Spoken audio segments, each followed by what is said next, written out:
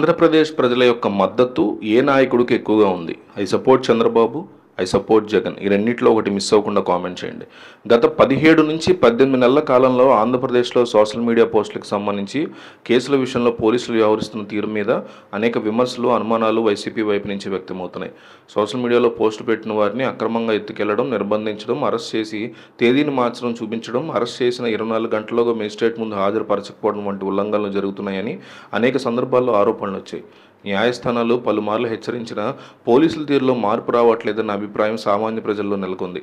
ఈ నేపథ్యంలో తిరుపతిలో లోకేష్ అనే వ్యక్తిని పోలీసులు అక్రమంగా నిర్బంధించారంటూ అతని తల్లి తిరుపతి భారతి గారు హైకోర్టులో హెబియస్ కార్పస్ పిటిషన్ దాఖలు చేశారు.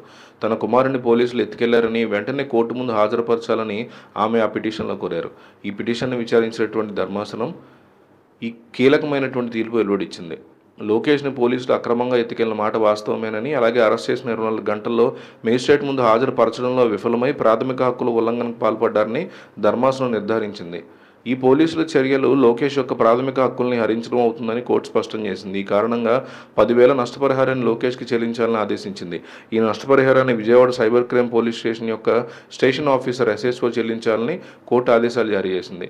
పోలీసులు చట్టాన్ని చేతిలోకి తీసుకున్నారని హైకోర్టు తేల్చి చెప్పింది. కేవలం నష్టపరిహారం చెల్లించడం ద్వారా సరిపెట్టుకోవడం కాకుండా చట్ట ఉల్లంఘనకు పాల్పడిన అధికారుల మీద తగిన చర్యలు తీసుకోవాల్సిన అవసరం ఉందని ఈ సందర్భంగా చర్చనీయాంశమైంది.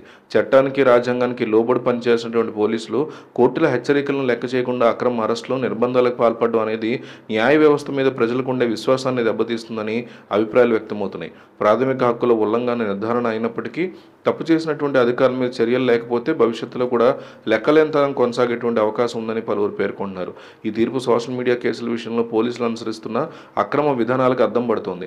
పౌరుల ప్రాథమిక హక్కుల ఉల్లంఘన జరిగినప్పుడు న్యాయస్థానం జోక్యం చేసుకుని పరిహారం ఇప్పించడం అనేది న్యాయ వ్యవస్థ మీద భరోసా కల్పిస్తోంది. మరోపక్క ఆంధ్రప్రదేశ్లో అనేక ముఖ్యమైనటువంటి సమస్యలు నడుస్తున్నాయి.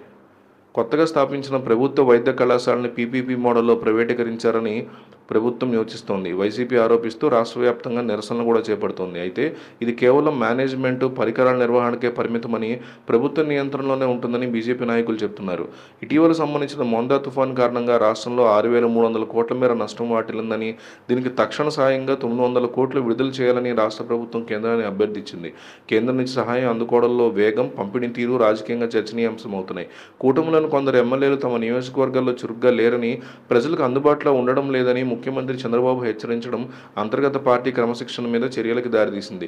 ఇది ప్రజల్లో నాయకుల మీద ఉన్నటువంటి అసంతృప్తిని కూడా సూచిస్తోందనేటువంటి మాట వినిపిస్తోంది. నేను అందుకే అడుగుతున్నా, ప్రజల నుంచే సమాధానం రావాలి. ఆంధ్రప్రదేశ్లో జనం ఎవరికి ఎక్కువగా సపోర్ట్గా ఉన్నారు? I support Chandrababu Naidu, I support Jaganmohan Reddy. ఈ రెండిట్లో ఒకటి కామెంట్ చేయండి.